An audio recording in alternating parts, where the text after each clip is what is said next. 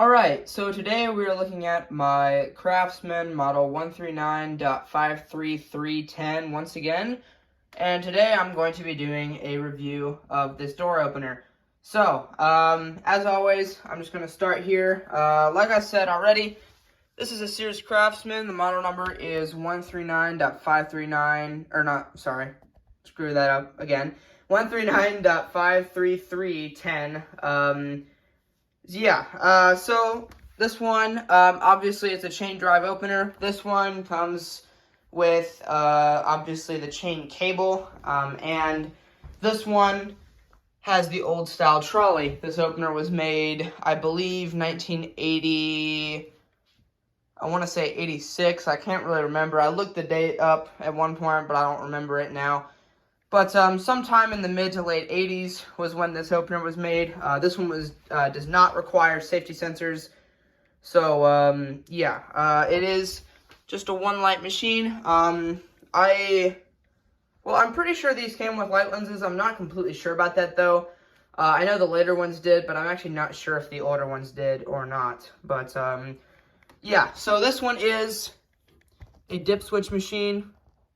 And there are your terminals. You got the force adjustments right there. So if it hits something, it will reverse, even though it doesn't have motion sensors. And the limits are right there. So that's how you can adjust the open and close travel. So like I said, it's a chain drive motor. Under this cover here, there's your sprocket.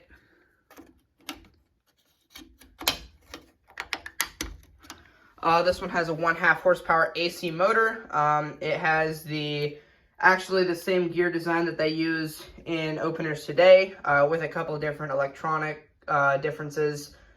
So anyway, let's go ahead and run this. This one, I believe, would have just had one of these push buttons. I'm not sure about the remotes. So anyway, we'll go ahead and run this, and here we go.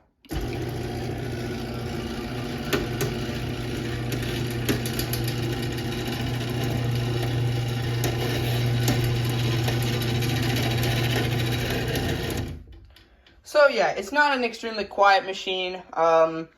It's not incredibly loud, this one in particular, but obviously the chain does make a lot of noise, and so does the trolley. But we'll run this back down.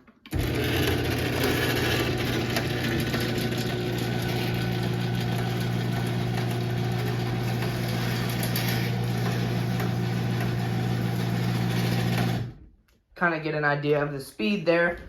But, so like I said, it has the old style spring-loaded trolley. Basically, there would be a rope attached to this that you would pull to disengage it. And, this is the chain tension bolt. You have to loosen this up, and then you turn this up to tighten the chain and down to loosen the chain. Obviously, I had to bunch up my chain here because this chain is mainly meant for the newer style trolley, which doesn't have this bracket, and without looping the chain would be way too long.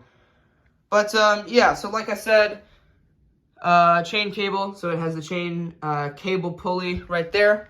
And this one also would have come with, I believe this one would have had the 4-piece rail, but I have a 3-piece rail.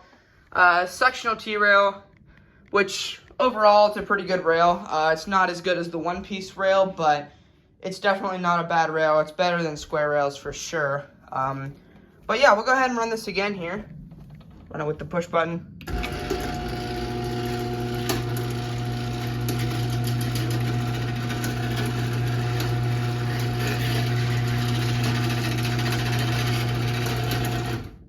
And the terminals on the back, like I said there, that's where you hook up the wall button, and you can also hook up a 4-wire console as well, if you wanted to, but I'm pretty sure this one would have just come with a single button. Correct me if I'm wrong, though. And like I said, it has a force sensor. It's kind of hard to test it one-handed, but basically, if there's anything under the door, it will stop on contact. So, But anyway, we'll run this back down. Or basically what I'll do here, I'll show you what the force would be like. If it hits something, it would just stop and reverse, just like I did it with the button. So but anyway, we'll run this back down.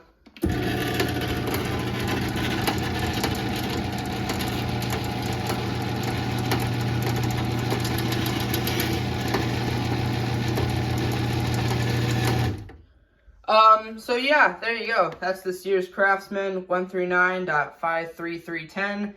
Also, one nice thing about these is they're really easy machines to work on. It's just 4 screws on each side of the case, and then 2 screws on the bottom in the front, and 2 screws on the bottom in the back, and that's it. To take the board off, you have to take all 4 of the screws off on the back.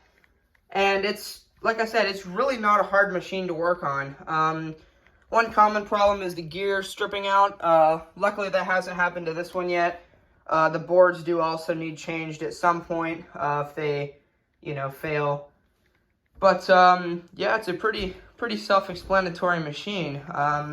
The bolt pattern works the same as any modern Chamberlain, so if you need to replace just the motor head, you can get away with using the old rail, especially if you buy a Chamberlain, because like I said, the T-rails are better than the square rails, especially if you have a heavy door. But yeah, so there you go. I'll show you the information tag again. This one was made before they start putting dates on the information tags, so like I said, I can't really remember. I think it was 1986 or 1987. It says on the board, I just don't remember. But we'll go ahead and run this up one more time here, and that'll be it.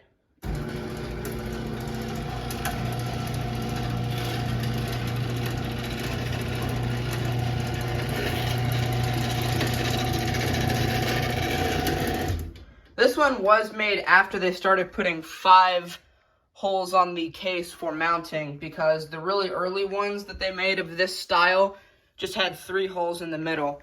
So this one was probably made in the late 80s rather than the early 80s. I believe they started making this gear design in 1984. So this one was probably around 1987 or so. But anyway, we'll run this back down, and that'll be it.